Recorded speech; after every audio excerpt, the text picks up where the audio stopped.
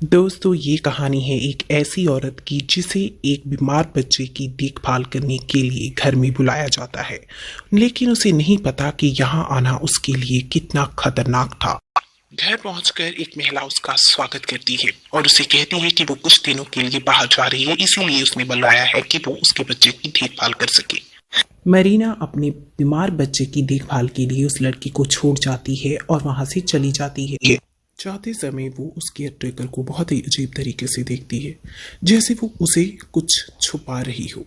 Caretaker साविया थी, जो कि बहुत ही अच्छी लड़की थी। वो उस बच्चे का ख्याल बहुत ही अच्छे तरीके से रख रही थी। और फिर एक दिन वो अपने रूम में बैठी एक डायरी को देखती है जो उसके हाथ लगती है। उसमें एक लड़की की तस्वीर थी। वो बहुत हैरान थी उस डायरी को देखकर। अचानक उसे बहुत गहरी नींद आ जाती है और नींद के बाद उससे सपने में बहुत डरावना सपना आता है, जैसे उसे किसी ने मार डाला हो।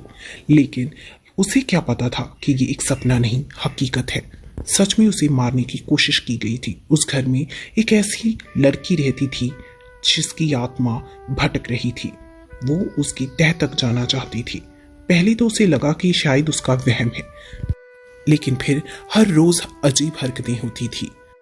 लेकिन उसे उसके काम में बहुत अच्छे खासे पैसे मिलते थे, इसलिए उसने अपनी दोस्त को एक दिन ये सब कुछ बताया। उसकी दोस्त ने उसे दिलासा दिया कि शायद उसका वहम है। उसने फिर एक दिन वो डायरी उठाई और उसकी फोटोज खींच ली अपने फोन में। लेकिन अगले ही दिन जब उसने देखा कि वो फोटो उस फोन में नहीं है, वो बहुत परेशान हो गई और फिर उसने अपनी दोस्त को फोन लगाने की कोशिश की। फिर उसे जोर जोर से आवाजें सुनाई दी। जब वो ऊपर देखती है तो खिड़की में वो लड़का खड़ा होता है। अंदर भागते ही वो देखती है कि वो लड़का तो अपने बेड पर सो रहा है, जबकि उसे कुछ भी नहीं हुआ था, जबकि वो बेड पर से हिल भी नहीं सकता था। वो ये देखकर हैरान थी। दूसरी तरफ जब वो देखती है कि वहां उस लड़की की आत्मा है, वो बहुत डर जाती है।